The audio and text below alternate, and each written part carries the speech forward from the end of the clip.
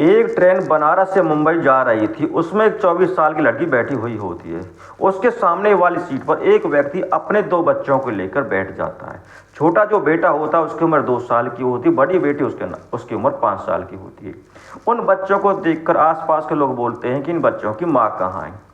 Train दोस्तों चलने लगती है, लेकिन उन बच्चों की माँ कहीं नहीं आती है। यह देखकर वह लोग बोलते हैं, भाई साहब आपको सफ़र करते वक्त इनकी माँ को साथ लेके चलना चाहिए था।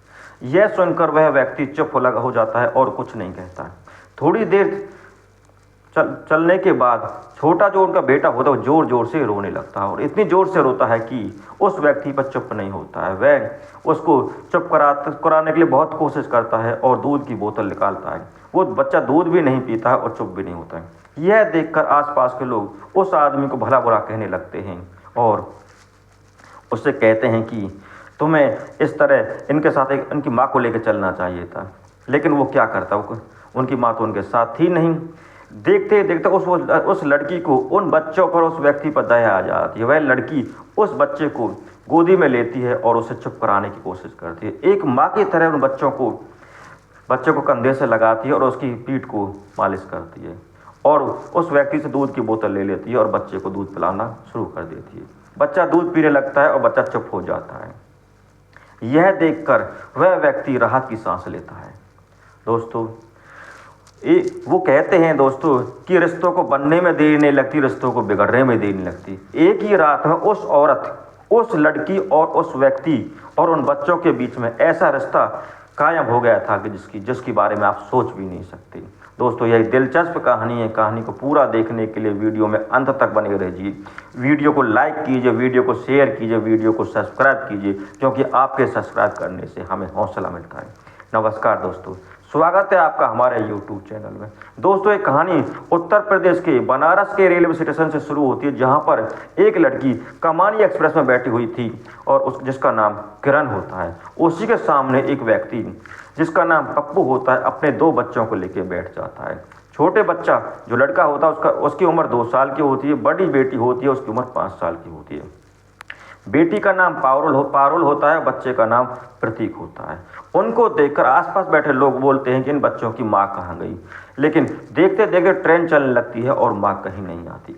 यह देखकर वह लोग बोलते हैं, भाई साहब आपकी पत्नी कहाँ है, इन बच्चों की माँ कहाँ है। तो वो कुछ नहीं कहता, चुप हो जाता है। वो बच्चा बहुत जोर से, प्रतीक जो है, कुछ देर बाद बहुत जोर जोर से रोने लगता है। इतनी जोर से रोता है कि उस पप्पू से चुप भी नहीं होता है। यह देख कर लोग पप्पू को भला बुरा कहने लगते हैं और कहते हैं कि आपको ट्रेन में चलते वक्त एक औरत को साथ रखना चाहिए था। दोस्तों, वो लड़की जो किरण होती है उसे उस बच्चों पर और उस पप्पू पर दया आ जाती है और बच्चे को गोदी में लेकर खिलाने लगती है, और बच्चे को पप्पू के हाथ से दूध की बोतल लेकर उसे बच्चे को बोतल पिलाना शुरू कर देती है। बच्चा चुप हो जाता है और इससे जो है पप्पू राहत की सांस लेता है और वो खुश हो जाता है। थोड़ी देर बाद किरण वो पारुल को अपने पास बुलाती है और कहती है, बेटी यहाँ आके मेरे पास बैठ जाओ। जब वो उसके पास बैठ जाती है तो किरण धीरे से पारुल से बोलती है, बेटी तुम्हारी माँ कहाँ है। तो वो कहती है कि मेरी मम्मा घर छोड़कर भाग गई। यह सुनकर आसपास बैठे लोग हैरान हो जाते हैं और पप्पू की ओर देखने लगते हैं। पप्पू शर्माते हुए बोलता है, नज़र चुराते हुए बोलता है कि वो थोड़ा नाराज़ होकर मेरे पास मेरे दूसरे घर में चली गई है। मेरा एक और घर है मुंबई, वहाँ 1-2 दिन में आ जाएगी, मैं उसी के पास जा रहा हूँ। यह सुनकर दोस्तों ट्रेन अपनी रफ्तार से चलती रहती है। धीरे धीरे शाम हो जाती है, रात हो जाती है, लोग अपना सोना शुरू कर देते हैं। सब आराम से सो जाते हैं, सब अपनी अपनी सीटों पे सो जाते हैं।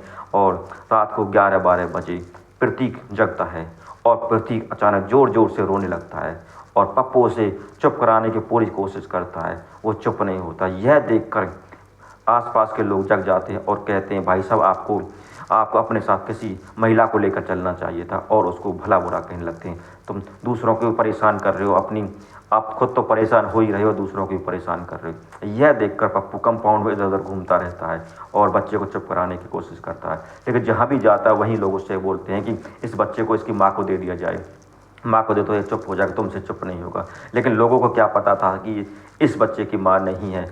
कुछ लोग तो ये भी बोलते हैं, इसकी माँ तो आराम से सो रही है, तुम यहाँ हमारी नींद खराब करने के लिए आ गए। तो वापस वह अपनी सीट पर जब आता है और किरण को उस बच्चे पर दया आ जाती है। किरण बोलती है लाइए मुझे दीजिए, मैं इस बच्चे को चुप कराती हूँ। किरण किरण भी उस बच्चे को काफ़ी देर गोदी में हिलाती डुलाती है, घुमाती है, लेकिन काफ़ी देर होने के बाद किरण उसी बच्चे को चुप करा देती है और वह सो जाता है। जब वह सो जाता है तो किरण बोलती है इस बच्चे को, प्रतीक को मैं अपने पास सुला लूँगी, आप पारुल को लेकर सो जाइए। तो रात को सो जाते हैं, लेकिन रात को कई बार प्रतीक जगता है, रोता है, लेकिन उसे किरण संभाल लेती है। सुबह होती है और लोग जगते हैं तो लोग हैरान हो जाते हैं, क्योंकि वह प्रतीक पारुल की गोद में अच्छे से खेल रहा था, कुछ खा पी रहा था। 7 बज जाते हैं, 7 बजे पप्पू की आँख खुलती है, वह अपने बेटे को देख कर हैरान हो जाता है, क्योंकि उसके सारे कपड़े बदल दिए गए थे, उसकी साफ सफाई कर दी गई थी। दोस्तों, यह देखकर वह किरण से बोलता है मैडम ये आपने कैसे किया? मैं तो किरण बोलती है कि इसने रात को बाथरूम कर दिया था, उसके कपड़े खराब हो गए थे और मैंने सोचा कि आप बैग में ऐसे कपड़े लेके आए होंगे और मैंने आपका बैग देखा और उसमें मुझे कपड़े मिल गए। मैंने कपड़े ले लिए, मुझे तेल साबुन मिल गया, मैंने तेल साबुन से नहला दिया, इसको पाउडर लगा दिया, मालिश कर दी और इसके कपड़े बदल दिए, काजल वाजल लगा के उसको अच्छा बना दिया। यह देखकर पप्पू बहुत खुश होता है। अब तो कोई ये लग ही नहीं रहा था कि वो चारों अलग अलग फैमिली के, वो चारों एक फैमिली के लग रहे थे और किरण उन बच्चों की माँ लग रही थी। अब दिन में कोई खाने पीने का सामान बेचने वाला आता तो पप्पू से खरीदता और किरण को देता, खुद खाता, बच्चों को देता। इस तरह चलता रहता। दोस्तों, पूरा दिन बीत गया और शाम को ट्रेन मुंबई पहुंच गई। मुंबई पहुंचने के बाद किरण अपने घर जाने को लिए तैयार हो गई और पप्पू अपने घर जाने को लिए तैयार हो गया। उतरने के बाद पारुल बोलती है कि आंटी आप हमारे साथ हमारे घर चलिए। इस पर वो किरण बोलती है जब तुम्हारे पापा कहेंगे तो मैं तुम्हारे घर आ जाऊंगी। तो किरण अपने घर पहुंच जाती है, पप्पू अपने घर पहुंच जाता है। पप्पू घर जाके अपने माँ बाप को ट्रेन में होने वाली सारी बातें बताता है और पारुल भी किरण की बहुत तारीफ करती है। 1-2 दिन बीत जाते हैं। किरण जो है पप्पू को फ़ोन करती है और कहती है कि पप्पू बोल रहे हैं। तो पप्पू कहता है कि आप कौन? वह कहती है मैं ट्रेन वाली लड़की बोल रही हूँ। इस पर पप्पू हैरान हो जाता है और कहता है कि आपको मेरा नंबर कैसा है, बताइए, आप बताइए। मुझे आपका नंबर लेना चाहिए था, लेकिन मुझे जल्दबाजी में आपका नंबर देना, इस बात के लिए मुझे माफ़ कर देना। तो किरण बोलती है मुझे बच्चों की याद आ रही थी इसलिए मैंने फ़ोन कर लिया, मैं बच्चों को मिलने का मन कर रहा था। तो पप्पू बोलता कि बताइए आप कहाँ रहती है, मैं आपको लेने के लिए आ जाता हूँ, मेरे पास गाड़ी है। तो किरण बोलती है नहीं, गाड़ी में आने की कोई ज़रूरत नहीं है, आप मुझे अपना एड्रेस बता दीजिए, मैं खुद पहुँच जाऊँगी।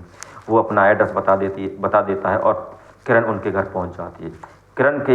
किरण जब पप्पू के घर पहुँचती है तो पप्पू के माँ बाप और पप्पू किरण का ज़ोरदार स्वागत करते हैं और उसे अच्छी तरह खातिरदारी करते हैं। यह देखकर पारुल भी किरण से देकर लिपट जाती है और प्रतीक भाग के किरण की गोदी में आ जाता है। यह देखकर जब किरण बोलती है बेटा पारुल तुम्हारी मम्मा कहाँ है? तो पारुल बोलते हैं मेरी मम्मा घर छोड़कर भाग गई है। इस पर पप्पू की माँ कहती है कि बेटी जब तुमने हमें इतना अपनापन दिया है, इतना हमारे बच्चों की देखभाल की, तो मैं तुमसे कुछ नहीं छुपाऊंगी और बताऊंगी कि मैं अपनी सारी बात बताऊंगी। दरअसल इन बच्चों की जो माँ है, पप्पू की माँ कहती है कि मेरा बेटा बहुत सीधा है और उसकी जो पत्नी है वो इससे कहती रहती है कि अब तुम अपने माँ बाप को अलग छोड़ दो, मेरे साथ अलग रहो। इस बात पे लड़ती झगड़ती रहती है, लेकिन मेरे बेटे ने उसकी एक नहीं मानी और हमने अपने बेटे से कहा था कि हम दोनों अलग रह रहे थे, तुम अपना घर मत बिगाड़ो, लेकिन मेरे बेटे ने अपना घर बिगाड़ लिया और हम दोनों को नहीं छोड़ा। इस पर किरण बोलती है कि उसको इस तरह नहीं भागना चाहिए था, इतने छोटे छोटे बच्चों को अकेले छोड़ के कैसे चलेगी। तो उस पर पप्पू बोलता है कि इस पर पप्पू किरण से कहता है कि आपके घर में कौन कौन रहते हैं और आप क्या करती हैं? तो किरण कहती है मेरे मम्मी पापा रहते हैं, मैं और मेरे मम्मी पापा रहते हैं, पापा मेरे ऑटो चलाते हैं और मैं कुछ नहीं करती। जब वह कहती है कि मैं कुछ नहीं करती, पप्पू बोलता है कि आप मेरे बच्चों को संभालने में मेरी माँ की मदद कर दोगी तो आपका बड़ा एहसान होगा। तो इस पर किरण कहती है कि इसमें मैं कुछ नहीं कर सकती, मेरे पिताजी से, इसके लिए आपको मेरे पिताजी से पूछना पड़ेगा, जब वो बताएंगे तो मैं आपके इस काम को करने के तैयार हो जाऊँगी। तो इतना कहने पर पप्पू गाड़ी निकालता और सभी लोग गाड़ी में बैठकर किरण के पिता से मिलने के लिए चल देते हैं। किरण के घर पहुंच जाते हैं। किरण के घर में एक छोटा सा कमरा होता है, वहाँ बैठा दिया जाता है और किरण अपने पापा को फ़ोन करके घर बुला लेती है। किरण का पिता बोलता है कि अगर बच्चों की बात है तो मेरी बेटी को बच्चे वैसे बहुत प्यारे, वो सभी के बच्चों से प्यार करती है, और बच्चों की बात है तो मेरी बेटी आपके घर चली जाया करेगी और आपकी माता जी की बच्चों को संभालने में मदद कर दिया करेगी। इस पर अगले दिन से किरण पप्पू के घर आना जाना शुरू कर देती है। अब 2-3 दिन तो वो दिन में पप्पू के घर रहती है, शाम को अपने घर आ जाती है। लेकिन धीरे धीरे किरण अपने पिता से परमिशन ले लेती है और रात को वहीं पप्पू के घर में रुकना शुरू कर देती है।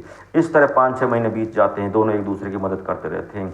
पप्पू का जो टाइल और पत्थर का काम होता है, उसका काम बहुत अच्छे से चलता है। उसका बिजनेस बहुत अच्छा था। वह भी किरण के मकान को टाइल पत्थर लगवा देता है। उसका कोई पैसा नहीं लेता। दोनों एक दूसरे की मदद करते रहते हैं, कोई किसी से कुछ पैसा नहीं लेता है। जब 5-6 महीने बीत जाते हैं और किरण को बच्चों से बहुत लगाव हो जाता है, धीरे धीरे बहुत लगाव हो जाता है। और किरण की उसके माँ बाप ने पहले शादी तय कर दी थी। उसकी नवंबर में शादी होनी थी। शादी से पहले जो रस्में होती हैं वो उनकी तैयारी होनी थी और वो तैयारी शुरू हो जाती हैं। उधर जो पप्पू की माँ वो कहती है, बेटा तुम कहो तो मैं किरण से तुम्हारी शादी की बात करूँ, वो इन बच्चों की माँ बन जाएगी, मुझे तो किरण बहुत अच्छी लगती है। इस पर पप्पू बोलता है कि माँ, किरण बहुत अच्छी और भली लड़की है, हम उससे इस तरह पूछ कर वो इसका बुरा मान जाएगी, हमें इस तरह उससे नहीं पूछना चाहिए। तो पप्पू अपनी माँ से मना कर देता, हमें इस तरह नहीं पूछना चाहिए। तो एक दिन क्या होता है कि पप्पू की माँ बड़ी जोर देकर उससे पूछ लेती है किरण से कि किरण बेटी, तुम्हें हमारे बच्चों से काफ़ी लगाव हो गया है और तुम्हें पप्पू कैसा लगता है। तो वो कहती है पप्पू से भी उसका काफ़ी लगाव हो गया था। किरण भी पप्पू के प्रति आकर्षित हो गई थी और पप्पू भी किरण से लगाव हो गया था। दोनों एक दूसरे से बहुत खुश रहते थे। तो वो कहती है कि मुझे पप्पू से काफ़ी लगाव हो गया है और बच्चों से भी लगाव हो गया है। तो पप्पू की माँ कहती है, क्या आप मेरे बेटे से शादी करोगी। तो किरण कहती है, इसके लिए आपको मेरे माता पिता से पूछना पड़ेगा, अगर वो कह दे तो मुझे इस बात से कोई ऐतराज़ नहीं है। वो पप्पू और पप्पू की माँ गाड़ी लेकर किरण के घर जाते हैं और किरण के पिता से जब पूछते हैं कि आप अपनी बेटी की शादी मेरे बेटे पप्पू से कर दोगे तो आपका बड़ा एहसान होगा। इस पर किरण का पिता बोलता है कि मुझे इस बात से कोई ऐतराज़ नहीं, मैं अपनी बेटी से उसकी राय लेना चाहूँगा। जब किरण से उसकी राय ली जाती है कि बेटी तुम पप्पू से शादी करना चाहती हो, तो किरण बोलती है, पापा मुझे पप्पू जी बहुत पसंद है और उन बच्चों से बहुत लगाव है, मैं उनसे शादी करने के लिए तैयार हूँ, मुझे कोई दिक्कत नहीं है। तो जहाँ किरण का पहले रिश्ता तय हुआ था, उस रिश्ते को मना कर दिया जाता है और पप्पू के घर वाले और किरण के घर वाले दोनों की शादी बड़े धूमधाम से कर देते हैं। दोस्तों, अब जो किरण है, पिंकी और किरण जो है पारुल और प्रतीक के साथ अच्छे से हंसी खुशी रहती, वह भी उसको माँ कह के बुलाने लगते हैं और वो परिवार में बहुत अच्छे से रहना शुरू कर देती है और पप्पू के घर को स्वर्ग सा सुंदर बना देती है। दोस्तों, यह कहानी कैसी लगी आपको? कहानी कमेंट करके हमें ज़रूर बताइए। धन्यवाद।